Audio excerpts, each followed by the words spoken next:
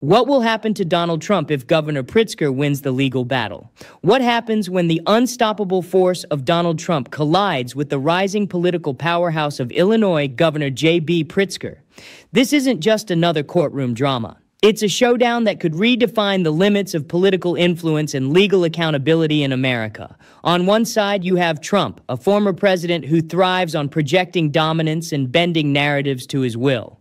On the other, Pritzker, a sitting governor with growing national clout, unafraid to challenge Trump on legal and constitutional grounds. If Pritzker wins this legal battle, it could strike at the very heart of Trump's political playbook, undermining the image of invincibility he has worked so hard to cultivate.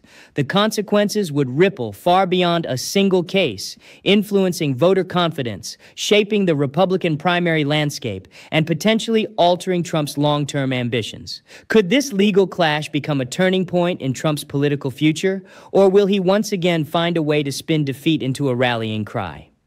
Stay tuned as we break it down right now. The confrontation between former President Donald Trump and Illinois Governor J.B. Pritzker over the potential deployment of federal immigration officers and even military forces to Chicago represents one of the most consequential clashes in modern American federalism. At its core, this legal battle tests the limits of presidential authority, the resilience of constitutional protections, and the balance of power between state and federal governments. If Governor Pritzker prevails in court, the decision will not only define the immediate future of immigration enforcement in Illinois, but also carry lasting implications for Trump's political standing, his legacy, and the trajectory of executive power in the United States.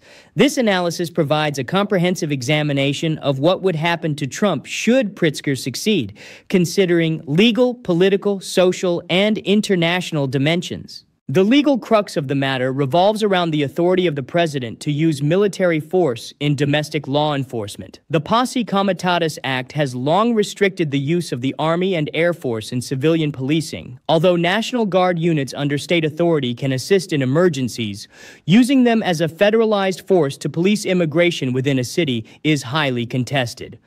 Federal courts have previously emphasized that military deployments for civilian law enforcement are unconstitutional absent specific statutory authorization. If Pritzker wins, the ruling would affirm that Trump's plan oversteps constitutional boundaries. Courts would likely frame the attempt to militarize immigration enforcement as an abuse of executive power. Such a legal defeat would bind future presidents as well, creating precedent that strengthens the firewall between military and civilian spheres. For Trump, it would be a direct legal blow to his argument that broad executive power allows him to act unilaterally in matters of internal security.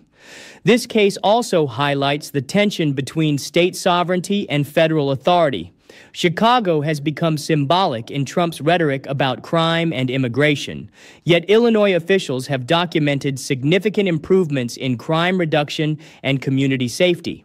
By framing federal intervention as an unnecessary invasion, Pritzker positions himself as a defender of both state autonomy and constitutional order.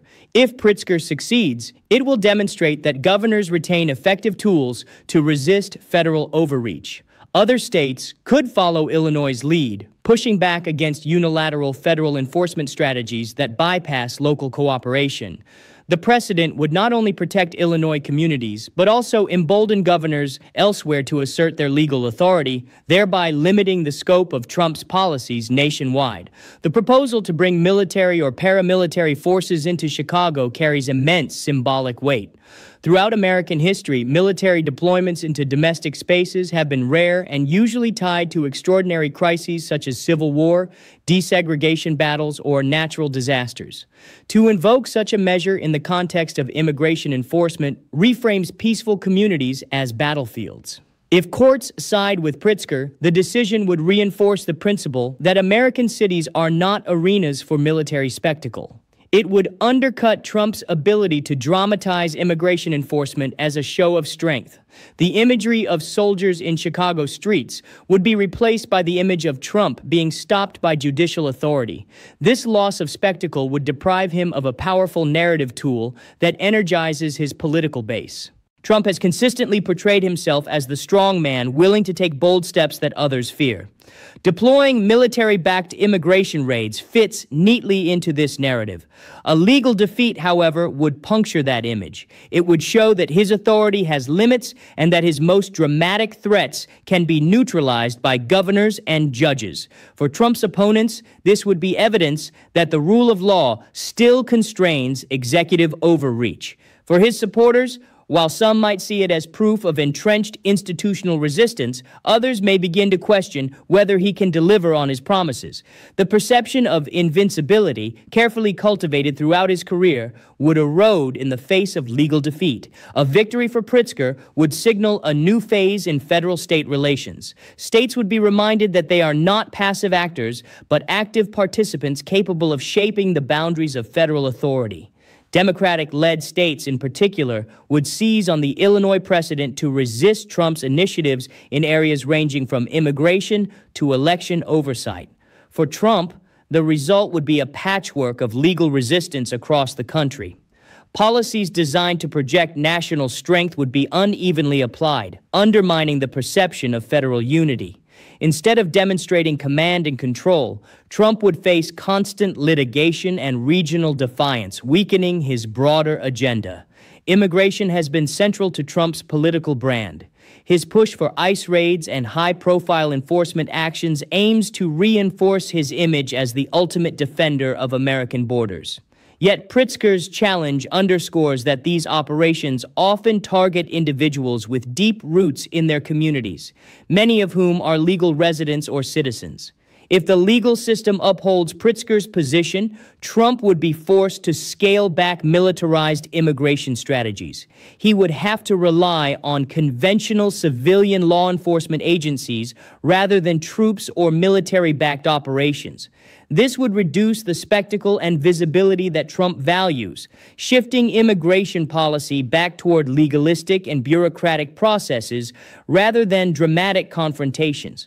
Public opinion plays a pivotal role in shaping the political consequences of this battle.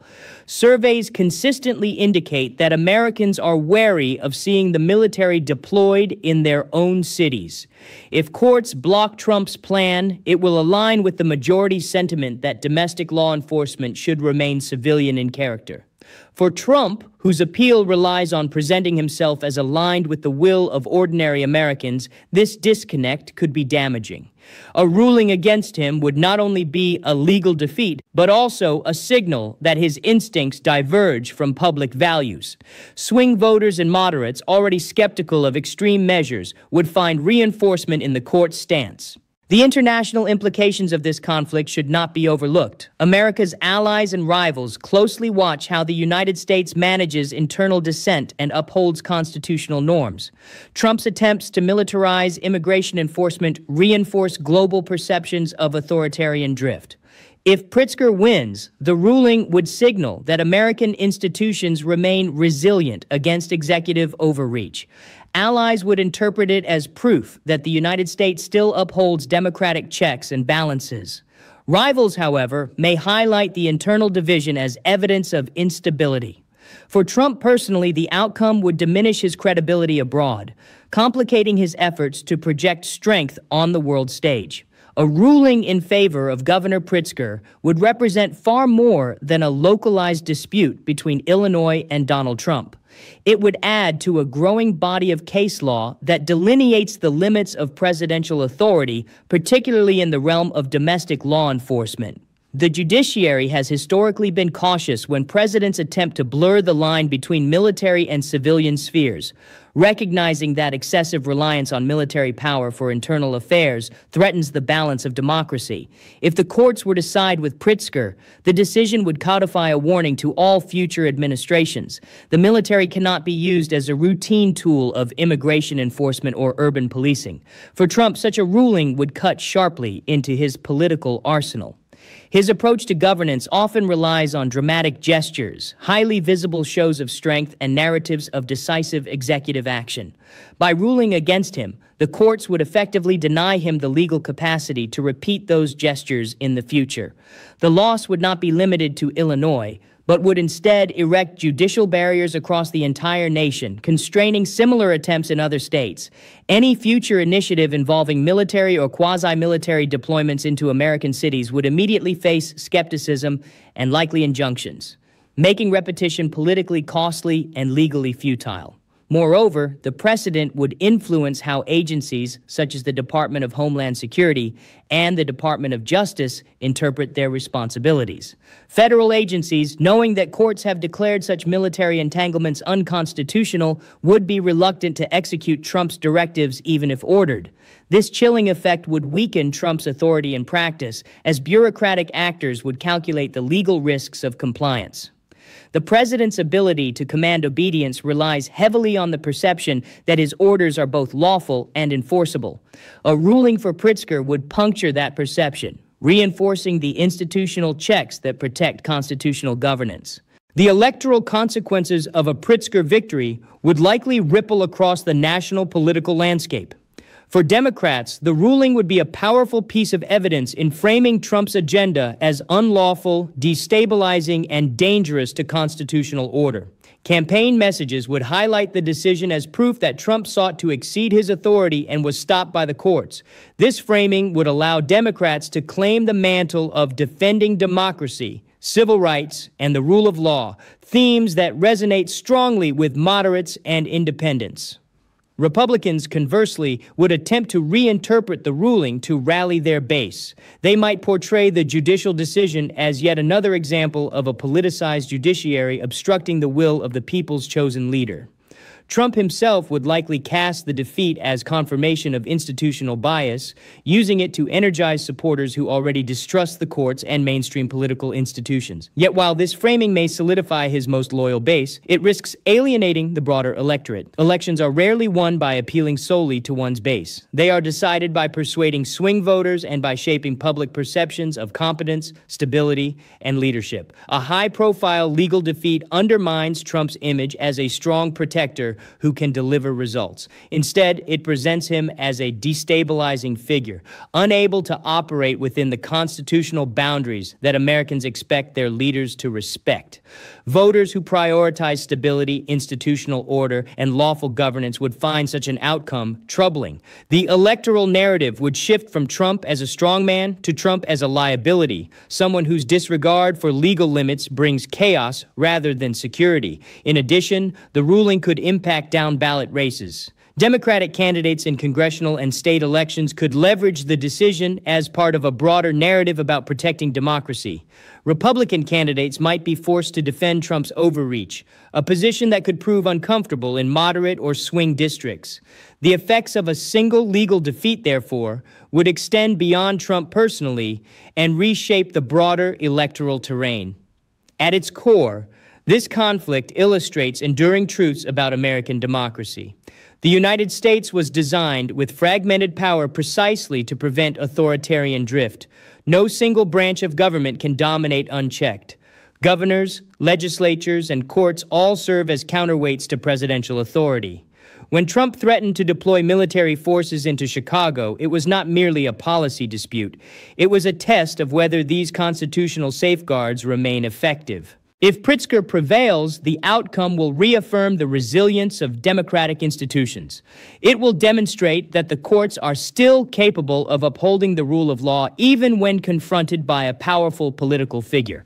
It will show that governors, acting within their constitutional roles, can shield their citizens from federal policies they deem unconstitutional.